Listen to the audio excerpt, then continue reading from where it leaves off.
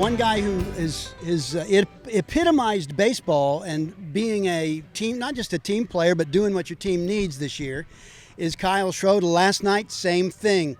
Big at bat in do or die kind of inning time, 8th inning, and you guys haven't been stringing together the hits. I think you went full count, but I know you were battling in there, and the only thing you didn't want to do was hit the ball on the ground. You did the one thing other than a hit that you would want to do, and that's in the air to right field. Were you thinking that on that particular swing? Definitely. All season, coaches are trying to, get us to have an approach and work with an approach that will, benefit the team, and that's just putting the ball in play and doing the job, whenever that is. So, runner on third base, the only thing to do is get the ball in the air and get it deep enough where it can score them, and worked out perfectly. It did work out perfectly. Who knew that their catcher was going to try to throw somebody out in center field, and their center fielder wasn't there, and we got to see the speed burner, Christopher Brew, coming in and score. But you've been a part of that. You drove in the runs in the only walk-off we've had this year too, and again, wasn't a line drive off the wall or anything, but it feels just as sweet. Yeah, pretty much. I mean, same thing, it was first and third, just get a ball right side, score the run from third and tie the game up, and then, Connor McCoy steals the base. That wasn't planned at all. That wasn't planned at all, and I hit it to the right spot, and, nobody was there, and, never stopped running, so. You and your brother have been here from the get-go. Which makes it for a long summer, let's be honest. You played ball in the spring. I don't know how late you went at Crown College. That's not just a state away. I do want to ask you about Crown in a minute, but it's been a long summer, and you've caught quite a bit.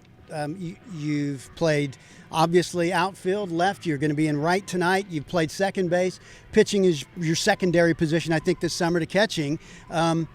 You feeling it right now? Do you need a little summer vacation before school starts? Oh, it'd definitely be nice, but baseball is fun. This is what I'm here to do. So, I have to dig down deep and find that second win. So, I have asked your brother about this. We had him on before. I love my brother, but I don't think I could go to school with him. He's your older brother, right? A little bit bigger than you, and but.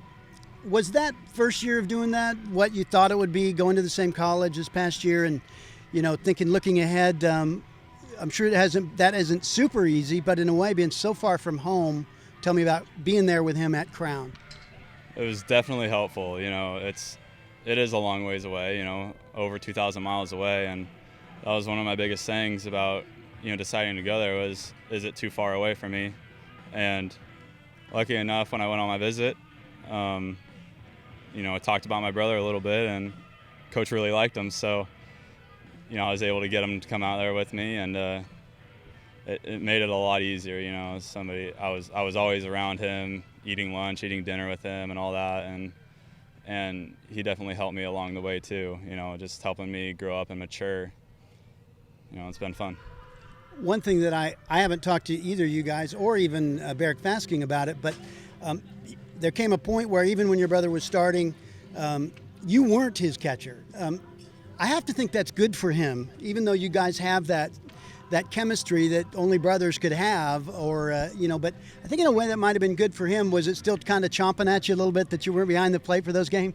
Well, I mean, the whole spring season, my coaches said whenever your brother's pitching, you're going to catch. So it's definitely fun when we're both out there doing our thing, because we have that really good chemistry, and we kind of know each other pretty well. So I know what he wants to throw, and we're just understanding of each other. So it's different seeing it from the bench or another position, but it's fine.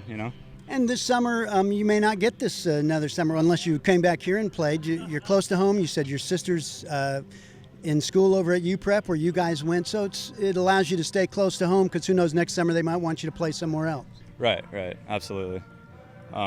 It's always nice to be home, be with the family. Haven't seen them in about 9 months, so it's always good to be at home again.